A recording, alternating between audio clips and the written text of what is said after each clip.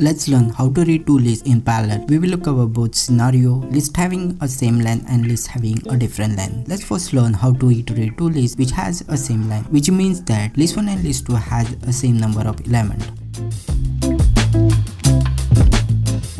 If the length of the two lists is same, then we can use a for loop to read the content of both lists. Here's how you can achieve this. Here I have taken two lists and we are looping through the list using an index value, which is a straightforward approach.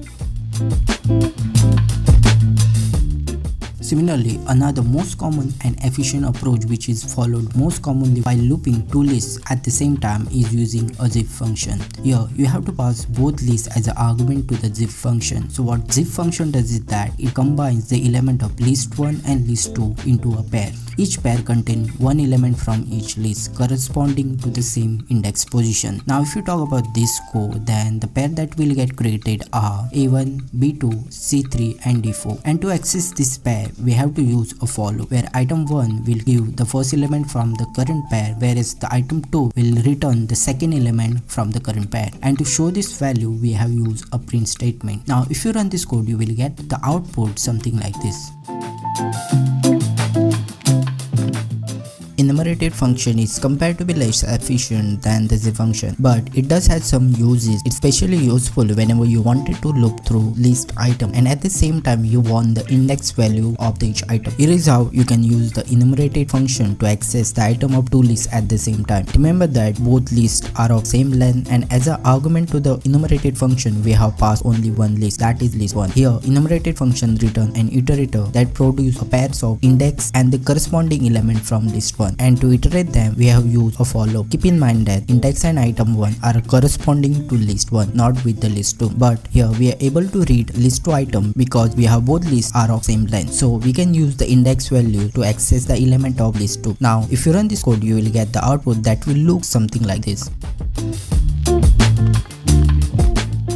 Till now, everything looked nice and easy, but things will get a little uncomfortable if the list is of different length, because you will have to deal with an error, and the most common error that will come is the index error, list index out of range. Let me show you. Let's say we add one more element to the list 1. Now list 1 has a total of 5 elements and the list 2 has the total of 4 elements. Now if we use a for loop to read both lists, then we will get a index error. Similarly, if we use a enumerated function, we will get index error again. But if you use a zip function, then you won't get any error, rather you will not able to read an extra element. As you can see, it is only show 4 elements from the both list, and that is a problem. All the method that we have discussed has some or other limitation when it comes to accessing two lists parallelly, especially if given list has a different length. There is no problem if the length of the two lists is same. You can very easily use all the methods that we have discussed above. Now a question arises, how can we iterate over two lists parallelly if the length of the element present in the two lists are not same? So let's learn that. The first method that we can use is using a zip longest function from itertools module. Here's how you can use this function. Here you have to first import a itertool library, and while using this function you have to pass both the lists as an argument. Here fill value argument is nothing but a value that you wanted to fill for the missing value, and if you don't provide it, the missing value will be filled with the null. Also, it is not that you can only provide an integer value, you can also provide a string value.